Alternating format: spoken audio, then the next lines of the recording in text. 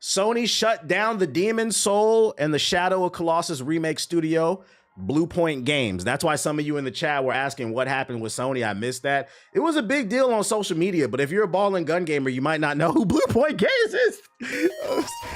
Yo, yo, shout out to Ariel with the $5 super chat, bruh. So let's talk about it, man.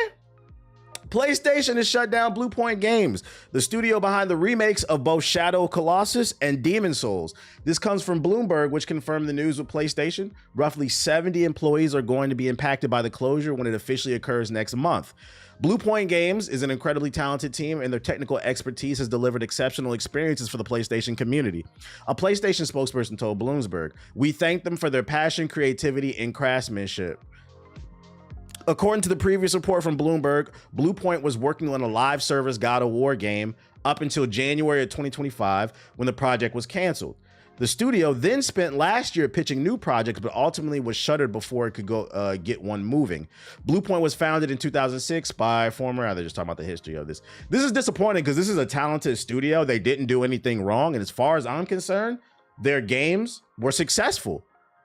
This kind of reminds, I think one of the reasons why people were pissed is it kind of reminds me of what happened with Hi-Fi Rush last year. Hi-Fi Rush was a really good game that sold well and Xbox just shut it down. And this is one of the biggest problems with fucking gaming right now. It's not the quality. I know y'all gonna get tired of this shit. If you think the quality of video games is terrible right now, you have a terrible palate. We don't give a fuck what you have to say. The biggest problem with gaming right now is capitalism. Because this, like I said, the studio last year with Hi-Fi Rush made a great game, sold well, didn't matter. Fucking, was it Blue Point made great games, sold well, it didn't matter. I know, I didn't personally play it. I was thinking about getting it because I know I talked about it on stream a few months ago. I know people love that Demon Souls remake. People and Shadow of the Colossus is without a doubt a classic, a PS2 classic. It's a talented studio, and it feels backhanded when they give this. You guys are really talented, but you're gonna go. It seems like that. I'm gonna be honest. Maybe this conspiracy theory time.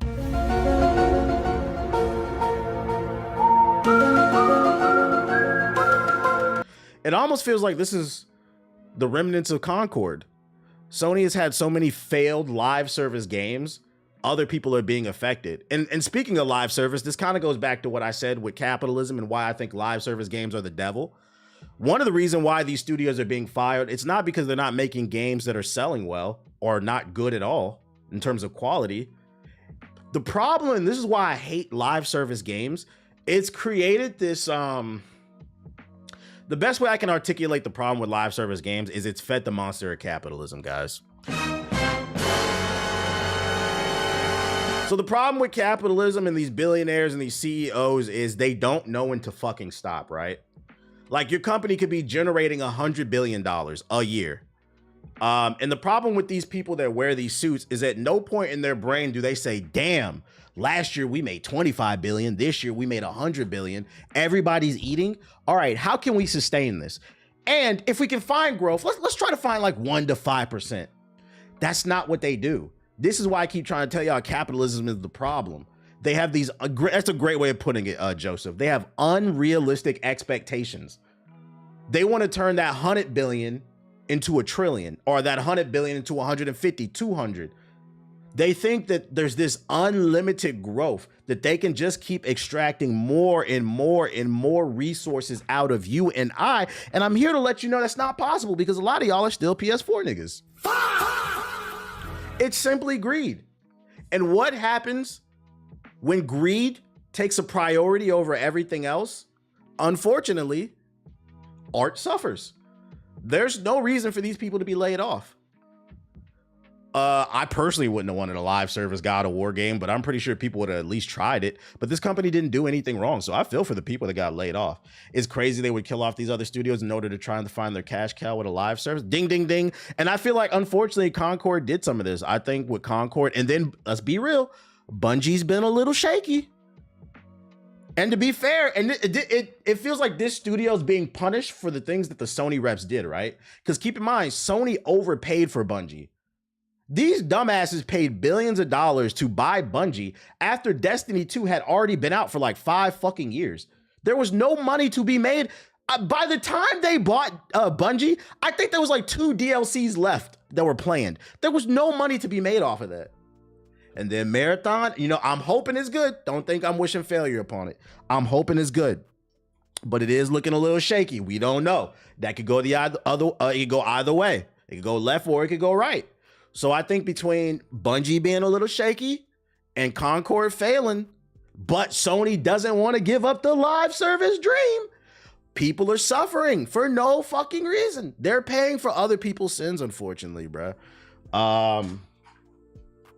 So I mean, I hope these talented people find another job, but I've seen the market is looking really bad across the board in the gaming space. I don't know why they didn't just let them do their own game, right?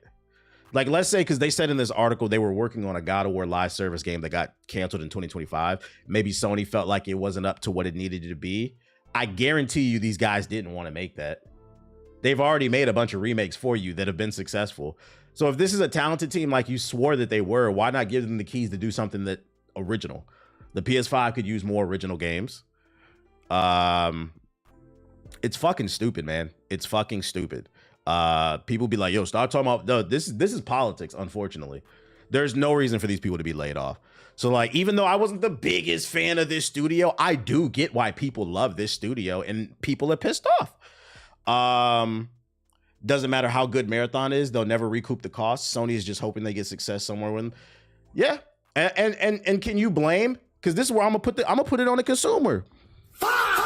Can you blame Sony? I'm not saying this is what I want for you and I, but can you blame Sony and these other corporations about they keep rolling the dice on these live service games? I've pulled up the stats on the top games on Steam, the top games on PlayStation. They're always live service games. People swear they hate them, but you don't. It's just a vocal minority of you on Twitter and Facebook bitching about the shit, but your homeboys cannot. NBA 2K26 was the best-selling game on PlayStation last year. And these be the same ones talking about PS5 ain't got no games, no original games. How would you know? You're on 2K. What Nintendo do? What does Nintendo have to do with anything? So, you know, unfortunately, another soldier. Where my water at, bro? Another soldier had to fail, bro. Another soldier had to fall. We're sitting in a Subnautica 2 less world right now because the publisher didn't want to pay the devs a bonus for meeting the deadlines. They don't even want to pay the developers, man. And this goes back. You know, I'm not happy that these people got laid off, but I am low-key happy when data surfaces, because people swear that I make things up and I'm just talking out of my ass. When I tell y'all, do not trust Sony. You do not want Xbox to fail, which we're going to talk about later, what happened with Xbox and that whole people like are celebrating the downfall. You do not want Xbox to fail. The day before yesterday, I covered a story where Sony said the way they're going to offset the uptick in costs on the RAM is they said they're going to start charging you more. They're probably going to put up the price on PSN and games and shit like that. Now they're shutting down studios. I'm telling you, competition is good. Even if you don't want to indulge in the competition, you should be rooting for the competition.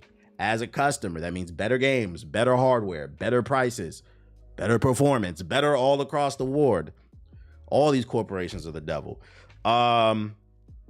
What's good? What up, everybody? Coming through. Tribalism benefits no one. It benefits no one, because I cannot stress enough, we are talking about video games. So RIP to Blue Point. Unfortunate. I got a bunch of other PlayStation news as well. God of War remake trilogy may differ from the OG in a big way, Kratos says. Sony with no competition is why everything was on Blu-ray only for like 10 years when DVDs worked perfectly fine and they cost like 50% more. Well, to be fair, the Blu-ray did have competition. There was HD DVD. It's just the problem was HD DVD wasn't a good product. I believe Blu-ray could hold about twice as much data as HD DVDs and the picture was better. So to be fair to Sony, they got a monopoly on Blu-ray simply because their product was better. Wasn't nobody buying them HD DVDs. So that you got to blame, I think it was Microsoft that owned the HD DVD. It just wasn't a good product, to be fair. And you can only put out so many formats, right? The only time a format war is possible is right at the beginning on the cusp of a new type of technology.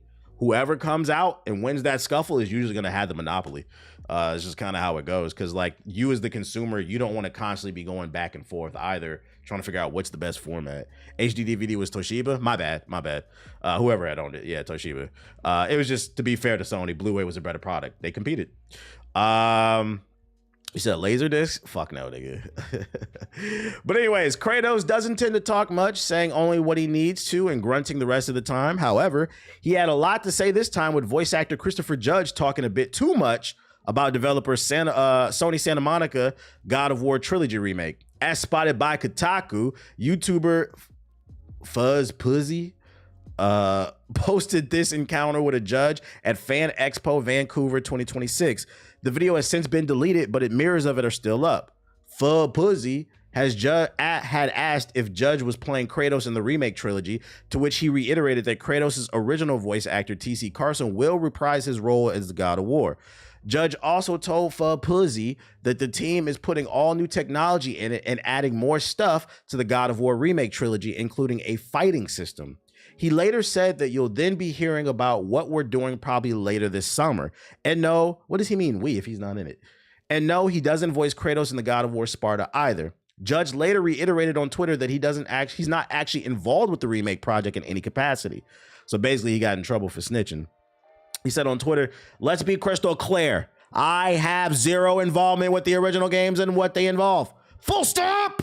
As much as I would love that everything I do in the future would involve God of War and all that bullshit in Sony Santa Monica, I have other projects that I'm super excited about. More info this summer, nigga."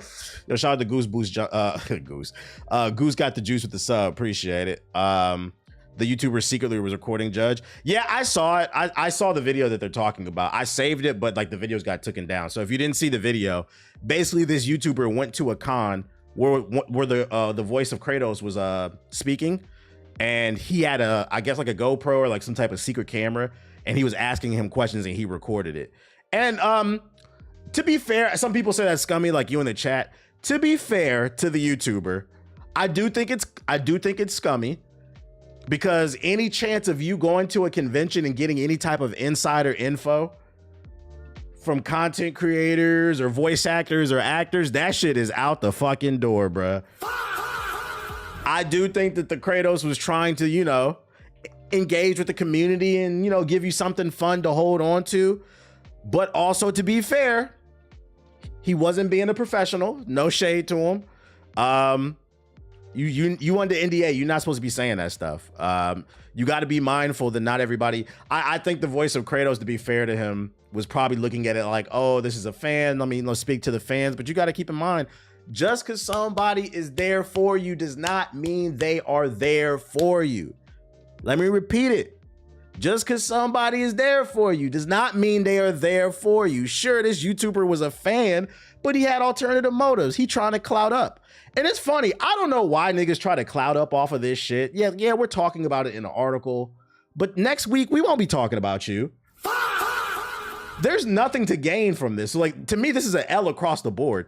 You fucked it up for fans, because now these voice actors are not going to talk about anything other than what is already out and available to talk about. And you as a creator, I'm gonna be honest, all you did was get yourself blackballed. You're not getting invited to any events. They'd be like, oh, you that nigga that be snitching. So the moral of the story is, stop snitching. Lock them up. Oh, man. Lock them up. Nobody likes a fucking snitch. You should have kept it to your fucking self, bro.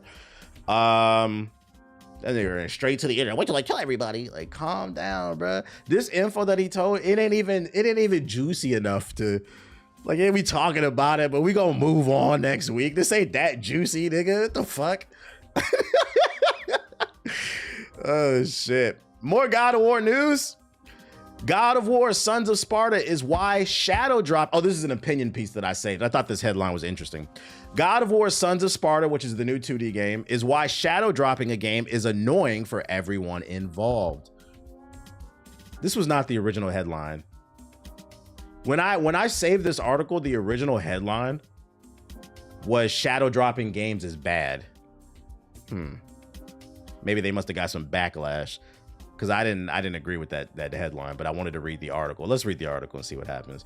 On February 12th, during Sony's first State of Play showcase of the year, PlayStation announced it immediately released God of War: Son of Sparta, a side scroller. Yeah, it was a different title, so you saw it. I know I'm not crazy. A side-scrolling prequel to the series of angry dad action games. Its reveal and sequel release was a surprise to many. I can never pronounce that fucking word. I know what it means, but I can never pronounce that shit. Shout out to Ibusu with the gifted subs. Appreciate you. But now that reviewers have ample time with the game, one thing has become clear. Shadow drops are annoying for everyone involved. A week after its release, God of War: Sons of Sparta is sitting at a 66 overall Metacritic based on 32 reviews. This makes it the lowest reviewed God of War game in the series, including the PlayStation Portable spinoff and the other prequels we don't like to talk about. Its user score is about the same, 6.4, with a bit more than 500 reviews. If nothing else, Son of Sparta had accomplished the rare feat of uniting gamers with reviewers. For a 7.5 out of 10 review at PlayStation Universe, John Paul Johns called Son of Sparta well-crafted if unambitious. In a 6 out of 10 review, let's get to your opinion. Now, normally I don't think it's helpful to discuss a game's price when evaluating its merit. I can't tell you what a dollar means to you, and that line of thought widely contributes to the misguided notion that games are products of technology, not works of art. But the fact remains, Sons of Sparta came out. It cost money to play. People spent a fraction of a week's paycheck to try it, and in many cases, they did not know what they were spending money on. It's no stretch to imagine some people picked it up purely on the pedigree of the God of War name and got, well, that above paragraph of lukewarm adjectives. A platform like Steam might not let you return a game if you play it for less than 2 hours. PlayStation does not. Is a shadow drop fair to those fans? I don't agree with this argument. Shadow dropping doesn't always pan out for developers either. Like it or not, the marketing and the hype cycle is a critical part of releasing a game in the modern era. Shadow dropping a game narrows its immediate audience only to the most plugged-in segment of the audience. To those who regularly read gaming sites or tune into PlayStation, when the strategy doesn't work, the results can be dire. The problem with this logic is by that logic, we should just have police sitting at the game aisle in Walmart and Target and Costco and whatever other store you frequent, Best Buy, right? And the police will sit in the Walmart gaming aisle, right? And when you show up to buy a game, the gaming police at Walmart will say, hey, did you read an article or watch a YouTube video? Oh, you didn't? You can't buy this. What the fuck are you talking about? That's a part of life, taking L's, wins and losses. Come on, Meek Mill said it. Come on, y'all.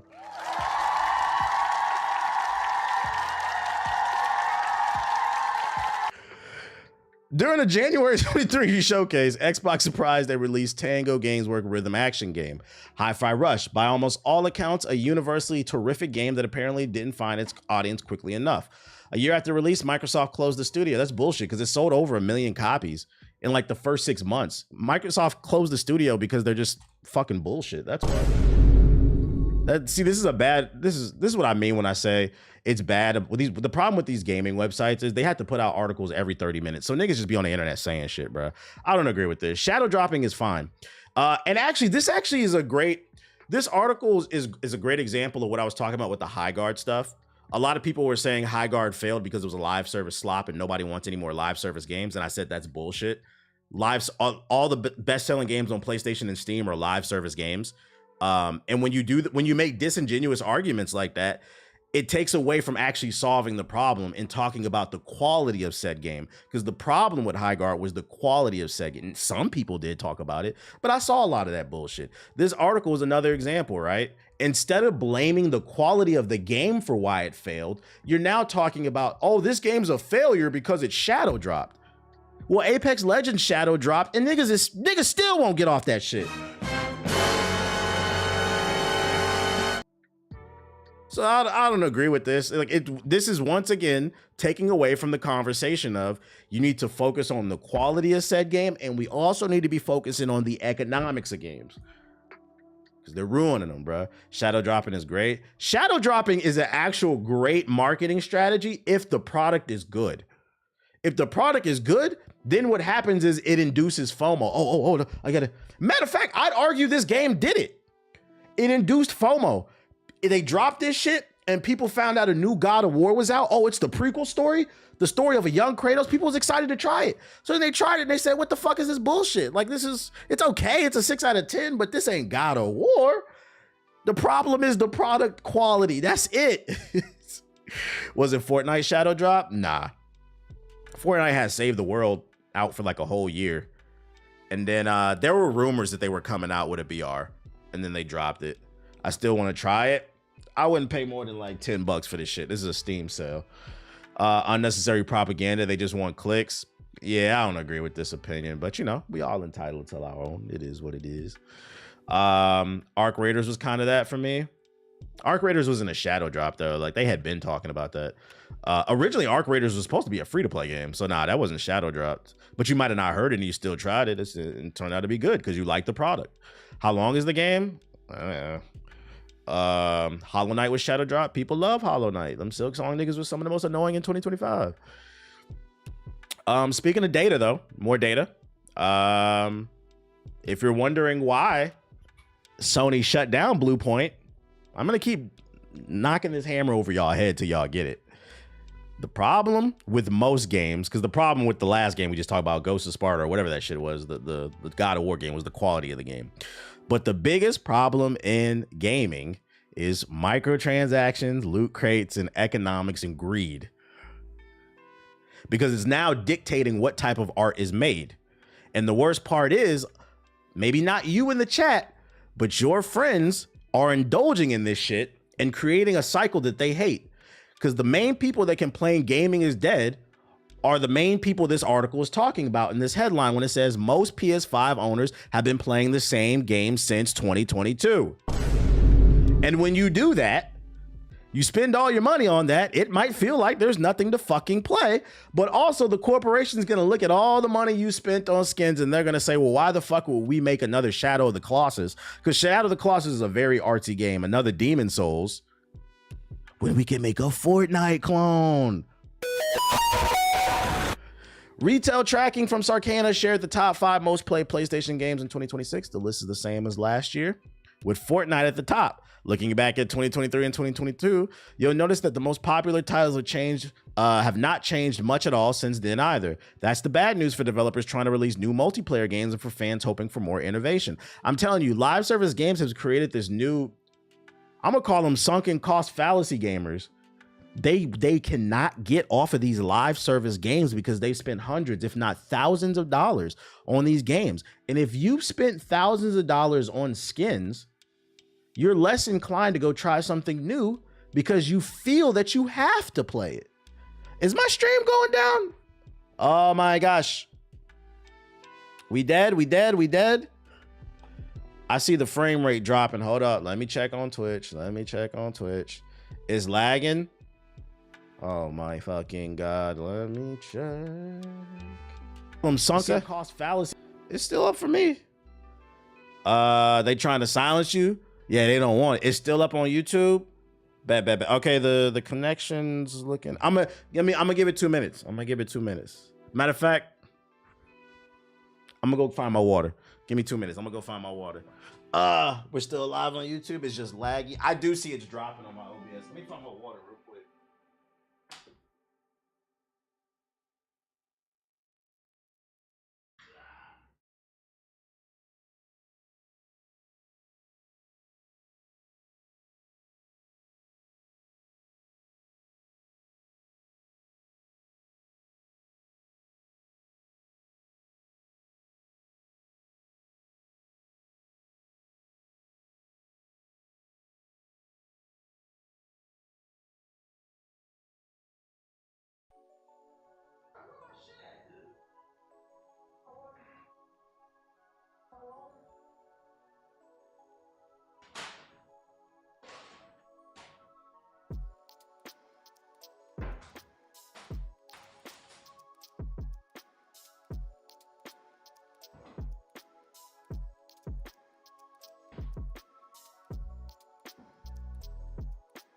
Where the fuck did that be?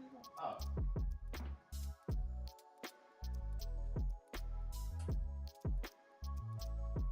I left it on the other side of the room. Okay, it looks like the connection restabilized. We good? We good?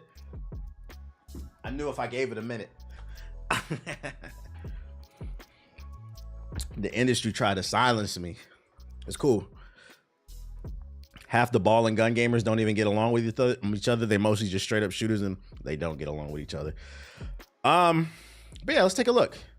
2025's most played games on PlayStation: Fortnite, Call of Duty, GTA 5, Roblox, Minecraft. In 2024, Fortnite, Call of Duty, GTA 5, Roblox, Minecraft. In 2023, Fortnite, GTA 5, Call of Duty, Minecraft. In 2022, Grand Theft Auto, Fortnite, Call of Duty, Apex Legends. Now, ladies and gentlemen, to a low IQ individual that is not in tune with gaming culture, what they will probably see reading this list is, oh, that speaks to how trash games is. We got to keep playing the shit. To me, as somebody who reviews games for a living, what it says to me is you're just not either in tune or you're blissfully ignorant and dismissive. And I know for a fact, most of it is you're dismissive. Because I got people in my chat all the time saying, I try to put my homeboy onto this. I try to put my friend onto this. And they say, I ain't playing that nerd shit. Well, if you're not open to anything, why are you complaining about everything? Let me repeat that. If you're not open to anything, why are you complaining about everything? Just shut the fuck up and play Grand Theft Auto 5. Resident Evil 9 is about to come out. Neo 3 just came out. Crimson Desert's about to come out. Gamers is eating, bruh. I confess, I'm pretty convinced my friends are frauds getting to try. And here's the thing too. Y'all gotta start making some new friends, bruh. Gotta start making some new friends. If they don't want to get on a game with you, you might need to make some friends that'll get on a game with you. And if them old friends get mad, be like, well, y'all niggas is closed-minded. I mean, we can hang out when we talking basketball or something, but y'all don't be on the game, bruh. So this is, if you're wondering why, this is actually a great full circle moment. If you're wondering why Blue Point Studios got shut down, this is why. These games generate a shit ton of fucking money, and I think it has to do with sunken cost fallacy. The sunken cost fallacy gamer did not exist when I was a kid. This is a new thing with these live service games where people have thousands of dollars on their fucking account and they refuse to try anything else because they feel, and then the battle pass too. The battle pass makes you feel like you have to play these games. Some people said when I made that video about the psychology of microtransactions that it wasn't that deep. It is that deep. Some of y'all, a lot of y'all are getting manipulated. And unfortunately, you're missing out on some of the coolest fucking experiences and inspiration that you could ever see. These games are fun, sure. Like I'll hop on Call of Duty every once in a while. You know, I'm sure Minecraft has a lot of creativity. Outside of maybe Minecraft, these 4 games ain't really inspiring anybody. You niggas is on online gangbanging and shit. Like, what are you talking about? It's the kids. They got no money but hella time. They playing free to play games like a motherfucker. It's not the kids. The kids may fill the server, but the average gamer is 35 plus. It is people 20 to 40 spending money on these games. The spenders are the older people. So nah, it's a combination of both. You can't just blame the kids. And the worst part is Call of Duty, it leads PlayStation the month of January. It was a quiet month in January with very few new releases and a bit of calm down, but from a busy holiday season, leaving Call of Duty Black Ops 7 again the best-selling game of the month. I thought we hated this game. The internet is so... This is why I say, like, you always got to take the internet with a grain of salt. You would have thought Black Ops 7 was not going to sell the way people was talking about it. With the campaign, best-selling game of January. Like... Somebody's playing this shit, and it may not be you in the chat, but it is your homeboy. I need y'all to grab them by the shoulder and shake them. They're in a trance. Oh! Rattle that brain up. We got to do a hard reset on the community. Twitch views doesn't equal sales once again. Twitter tweets do not equal sales. Exactly, bro. Oh my goodness. They always making them Call of Duty is dead videos. Facts, bro. We hate skill-based matchmaking. We're not gonna play this shit. I don't know. The numbers say otherwise. The numbers say otherwise. Clearly somebody likes it. I'm okay, buddy. I was just being silly. You being silly too? The game was hated on Twitter, but not in real life. Here's an interesting article. Video games are losing the attention war to gambling, porn, and crypto, according to an industry analysis. A new report from Elypion, a gaming industry advisory company headed by venture capitalist and marketing guru Matthew Ball, has broken down the state of the video game industry and has published data indicating the medium is losing war for people's attention over other ventures, including gambling, crypto, and porn. The report, a lengthy 164-page presentation, which you can and should read yourself, dedicates a whole section called Video Games Are Losing the Attention War. Shout out to the Countdown with the $20 super chat. He says, I appreciate you. I appreciate you, big dog. It starts by comparing pre- and post-pandemic consumer spending from 8 major video game markets: the US, Japan, South Korea, UK, Germany, France, Canada, and Italy. Prior to the pandemic, these countries made up over 60% of the total spending on video games. Post-pandemic, almost all of those regions have seen a drop in gaming population. In the US, 2.5 to 4 points worth of players stopped playing video games. The Canadian Trade Association found in its latest report that roughly 1 in 6 players prior to the pandemic have stopped playing. Now, to be fair to this report, I don't think this speaks to the quality of video games or even the competition that it faces. What happened is the pandemic is over. Everybody's numbers were up through the roof during the pandemic, including my stream. Everybody was stuck in the house. Everybody was playing games. Everybody was trying to be a streamer. So, and this article is proof that I keep trying to tell y'all that capitalism is the problem, because these analysts are looking at this data and saying, oh, the numbers were inflated because of the pandemic and everybody in the world was stuck in the house. Instead of making that logical decision, right? Yeah, everybody had a podcast. Everybody was on Twitter Spaces. But instead of making that logical correlation that everybody was stuck in the house, the suits and the board of directors, who are just money hungry, all they're saying is, why are we not making as much money? It's got to be the quality. No, the numbers were inflated. That's all it was, bruh. These decreases in participation have resulted, and the reports posits in a drop in spending, of course. In the US and PC and console, the spending is down 8% since 2020, which comes roughly to $2.5 billion. Yo, shout out to Nightmare with the $20 super chat. With Marathon going on Horizon, I want to say Bungie has never made a bad game. Halo 1 to 3, ODST, and Reach. Revisionist history wants Destiny 1 and 2 to be bad. They were good games. They just ran their course. Destiny 1 was bad when it came out. They fixed it. But the rest of them I'll give you. I'll say for the most part it did run its course. I mostly agree with you, but Destiny 1 was bad. Let's not that's revisionist history. That game was definitely bad when it came out. It was the Taken King that saved it. But anyways, better we was talking about. Yeah, everybody was a streamer, numbers was inflated, everybody was a podcaster, all that shit. And that's why the numbers are down. It's really that simple. And then add the insult to injury, what also has happened since the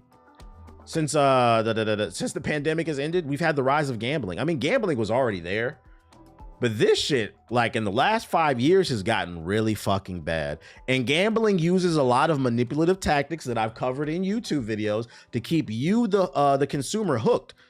You know what I'm talking about, all them sports book apps. The reason it's pulling away from gaming is because they are being manipulated into using those apps daily. Some of y'all are in a parlay pandemic right now. Y'all don't want to talk about it. You in a parlay pandemic right now, bruh. You got a streaming platform that's completely backed by a gambling service. Half the streaming community got that stake ad on their shit. It's getting people hooked. I don't know what's going on with the porn shit. I can't speak on that. I touch grass. And then the crypto stuff. There's no way for me to prove this, but I'm gonna just give an educated guess on why I think crypto is pulling attention away from people who used to be gamers. So now only people are not locked in the house anymore. You know what also has changed since the pandemic? The economy has been pretty bad. Like inflation was really bad up until like the last year with Biden.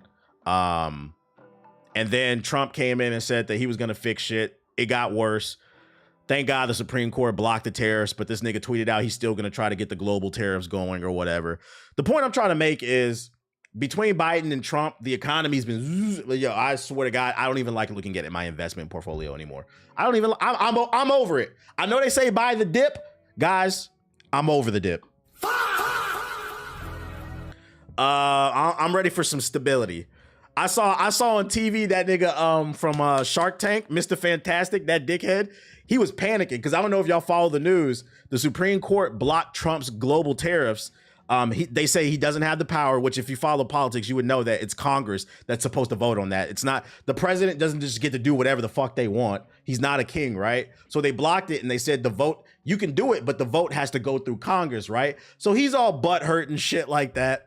And Mr. Fantastic was on TV from Shark Tank talking, because also in the report, they said that legally Trump might have to pay back every corporation that paid a tariff. And they talking about like Trump might own like $200 billion or some shit, right? So Mr. Fantastic was on TV. The shareholders are calling. They want their fucking money back. I don't know what. That nigga was ready to cry on TV. That shit had me, I'm not gonna lie, the news made me laugh. I was like, fuck that nigga Trump, bro. That shit had me lying, bro. So they're talking about the government might have to pay back corporations because the tariffs were illegal. And they've been fucking over businesses, large and small. So what does that have to do with everything? Let me bring it back full circle. The point I was trying to make is due to the inflation, the tariffs, and all this stuff between the last two administrations, I think we've seen a rise in crypto bros because I think there's no science behind this. This is just my educated guess. I think people are feeling hopeless, especially PS4 niggas. But you niggas always been hopeless. Don't blame it on Trump. Don't blame it on Biden.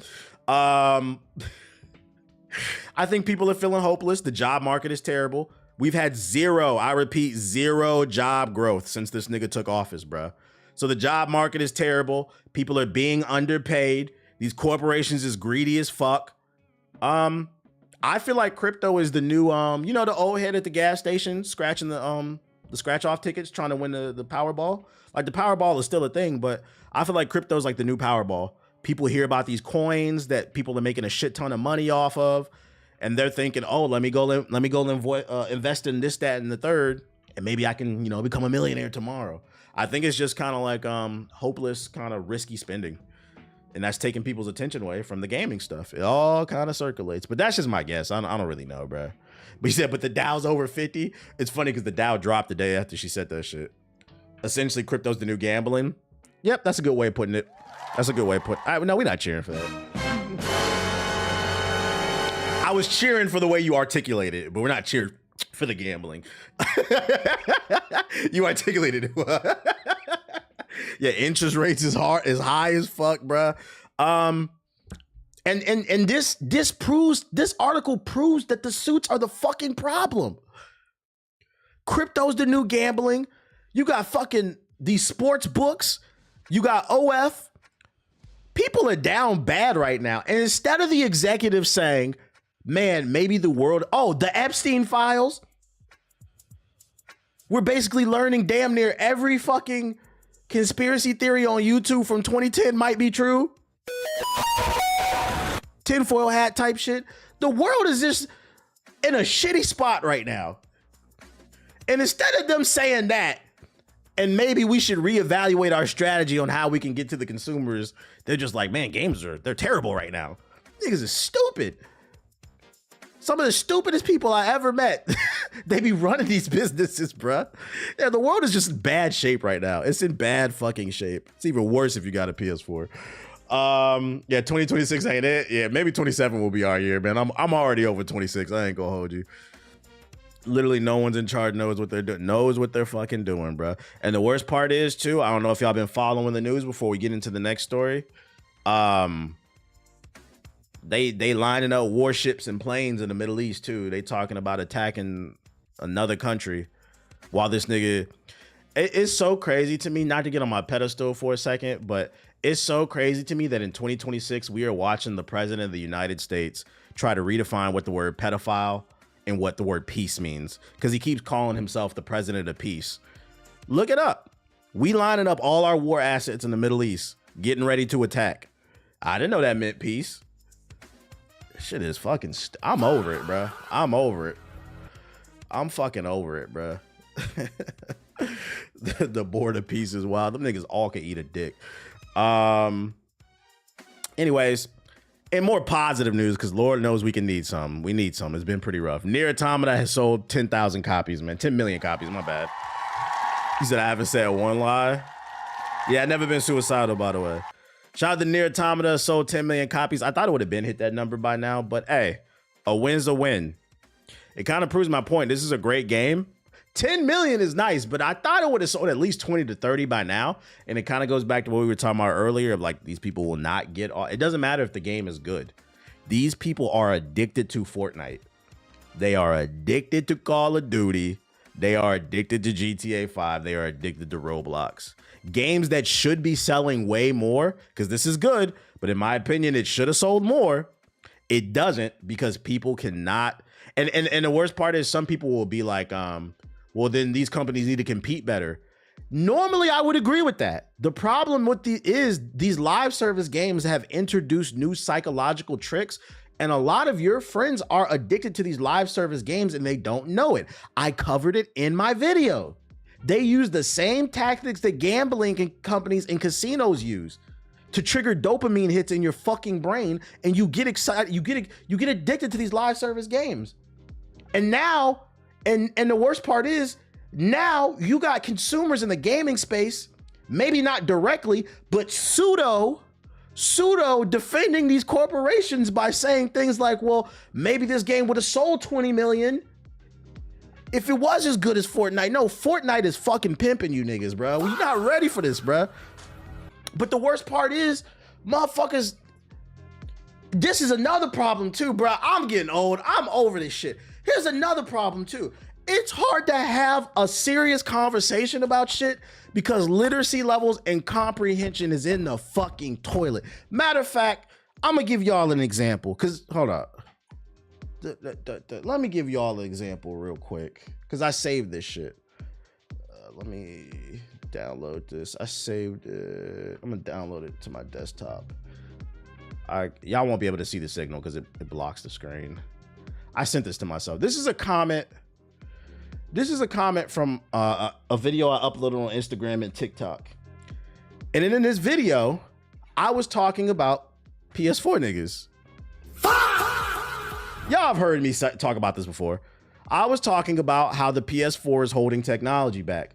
Developers, the hardware producers, Sony, game developers, they've all said they cannot push the hardware in the PS5 and the Xbox Series because they have to still develop games for the Xbox One and the PS4. This is not what I feel. This is a fucking fact. This is how technology works. When a new technology comes out and innovates, you adopt it at some point and we continue to progress society. And I was talking about how PS4 niggas, they would have hated if we discovered fire. They would have hated the wheel. They would have hated cooking. Why we need to cook? Let's just eat the meat out the belly. No seasoning. Fuck cleaning the food. The light bulb, fuck it. I said nothing about PC gaming in this fucking video. This nigga left I just couldn't believe it. I had to respond. Most of the time I ignore. I couldn't believe it. I think he deleted the comment because I was just gonna pull it up. I couldn't find it. This man responds to the video and says, low key, this is why I don't like your content. Seems like you can't stop yourself from shitting on console players because you're on PC. I did not shit on console players in this video. I talked about how old technology holds back new technology. And specifically, I was talking about the PS4. I wasn't even talking about console gaming as a whole. I said nothing about PC. But this shit be in my comment section. So when I say things, it makes me wonder how much is it flying over a lot of people's heads. This is another reason. So if I was president, I'm not gonna lie, we need less missiles and we need more teachers, bro. I'm gonna go ahead and say it, man. Just dodge the whole fucking point. Because I feel like things that are very simple for me to understand, a lot of people are not under, because I don't want to just pick on him. I see this a lot in my comment section, but most of the time it's like things that maybe it's like one thing they misinterpreted, but they might have got it for the most part. When I see this shit and just the point just completely flies over here, I'm like, yo, it's hard to solve a problem when like stupidity is on the fucking rise, bro. It's bad. I've been seeing these people showing up more often on videos. It's fucking bad. So it's like, to bring it full circle, the reason why I even brought that up to talking about the sales and stuff, it's hard to explain to someone they're being manipulated by these live service games, and this is why I fucking hate them, because they don't understand they're being manipulated. That's the point I wanted to bring up. And I've been trying to wrap my brain around, because I want free all my niggas, man. I want my niggas to be free. I don't know how to get this through to people, man. If I say it nicely, they don't listen. If I say it meanly, they don't hear anything I say. Yo, shout out to Astro with the super chat. Nier got the best soundtrack of all time. I don't know about all time, but it does have a good soundtrack, though. No Child Left Behind did what it spoke. Did a lot of damage, bro. But shout out to Nier. Shout out to Nier. For the sales, bro. Nah, I didn't get to the Microsoft news yet. I know this has nothing to do with gaming, but just wanted to share some positive stuff before we get into more negative. Comic book news for all my reading dweebs out there. First look at Absolute Green Lantern. And the thing I noticed about this image, a lot of people are focused on his face, but like it looked like his bow and arrow made of like machetes. I think Absolute Green Arrow might be Dominican, guys. The Que Lo Que Justice League? Like it's a 6-issue limited series that's supposed to be coming out later this year, bro. Green Lantern. Me no pop, me no black, me no black. But I like the character design. It's cool. And then other news, I was excited about this one because this is actually low-key one of my favorite books from last year. Shout out to Watts with the big raid. Shout out to Watts with the raid. Appreciate you. The DC Sonic where my Sonic fans at? The DC Sonic crossover has been renewed. Last year, DC came out with a crossover with Sonic. I thought it was pretty good. It was like a solid, I read the whole thing. It's like a solid 8 out of 10. I would define it as a fun read. It's really good fan service. It's nothing that's gonna blow you away from a story, but I thought it was a fun kids book. And I was like, man, I hope this gets animated. I think it might get animated because it just got renewed. DC fans' favorite crossover, DC and Sonic, returned in May of 2026 for the Metal Legion. We got the Bat Hogs, bro. We're spoiling you with comic book announcements today, Super Friends. Another hot off the presses announcement from DC is now a fan favorite crossover series. DC and Sonic speed back into the comic book stores following the runaway success of its first run.